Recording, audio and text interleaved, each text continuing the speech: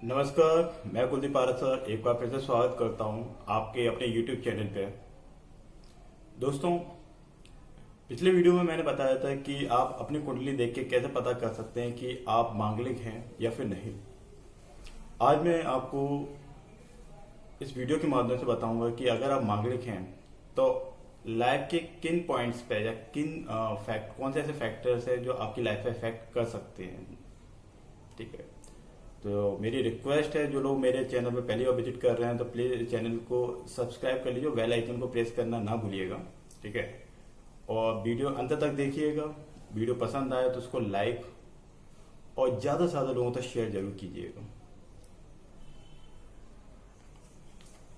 दोस्तों, आप मांगलिक हैं कि नहीं, इसका जानने का सीधा सिंपल तरीका था कि आप अपनी कुंडली ओपन कीजिए।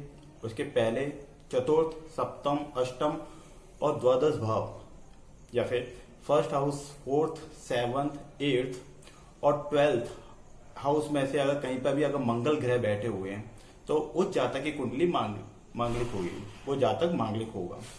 ठीक है, ये चीज मैंने पिछले वीडियो में आपको क्लियर कर दी थी। ठीक है, हर ग्रह की मैं आपको थोड़ा हिंट करना चाहूंगा कि हर एक ग्रह की अपनी एक दृष्टि होती है। वो जिस भाव में बैठते हैं वहां तो इफेक्ट डालते ही हैं, परंतु हर ग्रह की दृष्टियां जरूर होती हैं। सामान्य तौर पर देखा जाए तो सभी ग्रह की सातवीं दृष्टि होती है। ठीक है, अपने ग्रह को तो इफेक्ट करते ही हैं, परंतु वो अपने सामने जो सातवां भाव होता है उस पर भी अपनी दृष्टि डाल के उस पर भी अपना प्रभाव डालते हैं। परंतु मंगल, गुरु, शनि, राहु और केतु, ये 5 ऐसे ग्रह हैं जिनकी सातवीं दृष्टि के अलावा 2 दृष्टियां और होती हैं।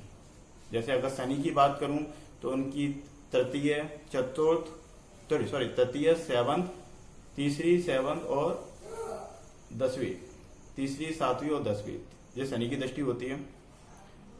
गुरु, राहु और केतु की 5वीं, 7वीं और 9वीं दृष्टियां होती हैं। और मंगल ग्रह की बात करूं तो उसकी 4वीं, 7वीं और 8वीं दृष्टि होती है।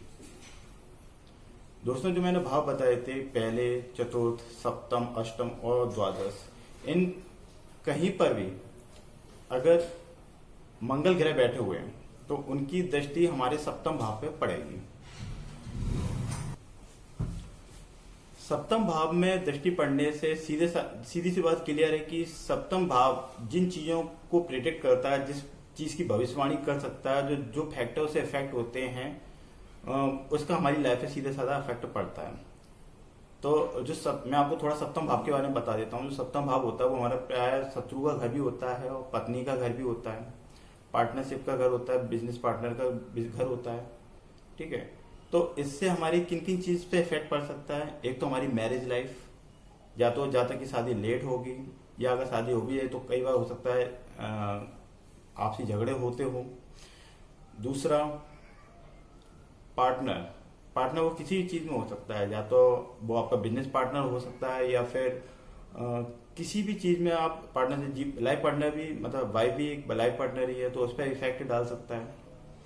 और आप पर डे की जो आमदनी होती है, जो भी आपका स्रोत होता है, वो भी इससे इफेक्ट पड़ता है। ठीक है, आपकी जनेंद्रियां, ठीक है, आपकी सेक्स लाइफ आदि सभी इन बातों से इफेक्ट होती हैं अगर आप मांगलिक हैं। चूंकि सातवां भाव ज्यादा इफेक्टिव होता है तो इस पर मैरिज लाइफ पर सबसे ज्यादा इसका इफेक्ट पड़ता है। और मैंने पिछले वीडियो में भी अनुरोध किया था कि जब भी आप शादी करें तो एक बार कुंडली जरूर मिलवा लें और ये जरूर चेक कर लें कि आप किसी मांगलिक से ही शादी कर रहे हैं कि नहीं।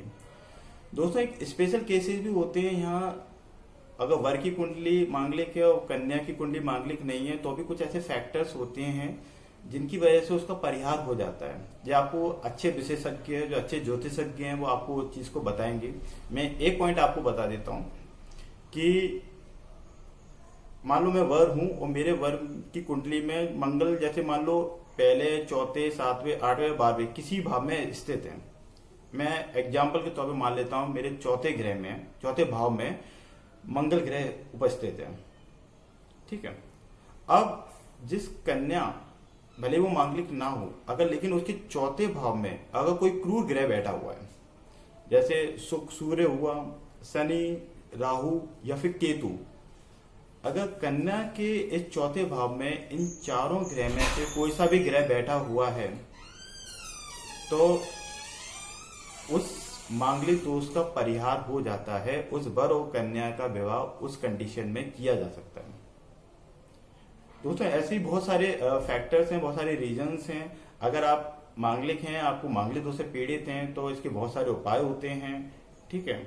आप और अगर आप जब मैचिंग करना चाहते हैं, तो शादी की अगर बात चल रही हो, तो उस समय मांगलिक दोष का परिहार हो रहा है चाहे नहीं हो रहा है, ये आपको एक विशेषज्ञ ही बता सकते हैं। तो मेरी अगर आपकी कुंडली में अगर आप चाहे इस चीज पर विश्वास करते हो चाहे ना करते हो, अगर आपकी लाइफ में कोई इफेक्ट नहीं पड़ रहा है तो सोच लीजिएगा कि मांगलिक आप नहीं है और इसका कोई इफेक्ट नहीं पड़ रहा है। परंतु अगर किसी की इन जो मैंने फैक्टर्स बताए पीछे आपको, अगर उनमें कहीं पर भी आपको इसका इफेक्ट पड़ रहा है तो एक बार आप अपनी कुंडली चेक करवा सकते हैं। अगर मांगलिक दोष है तो उसका उपाय कर लीजिए, निश्चित तौर पे आपको उसका कुछ ना कुछ सॉल्यूशन जरूर मिलेगा और कुछ ना कुछ राहत आपको जरूर मिलेगी। आशा करता हूँ मेरे द्वारा जो दी गई जानकारी से आप प्रसन्न होंगे और आपको पसंद भी आई होगी। मैं चाहूंगा कि ये आप ज़्यादा से ज़्यादा लोगों तक शेयर करें, ताकि वो भी अगर इन चीज़ों से पीड़ित हैं तो उनको एक सजेशन मिल पाए कि उनको क्या करना चाहिए। और अगर आप मुझसे सजेशन लेना चाहते हैं तो आप कमेंट बॉक्स में आप है ना लिख सकते हैं, मैं आपको उनका उपाय जरूर बताऊंगा, ठीक है। आप लोग मुझसे डायरेक्टली भी कांटेक्ट कर सकते हैं, ठीक है। नमस्कार।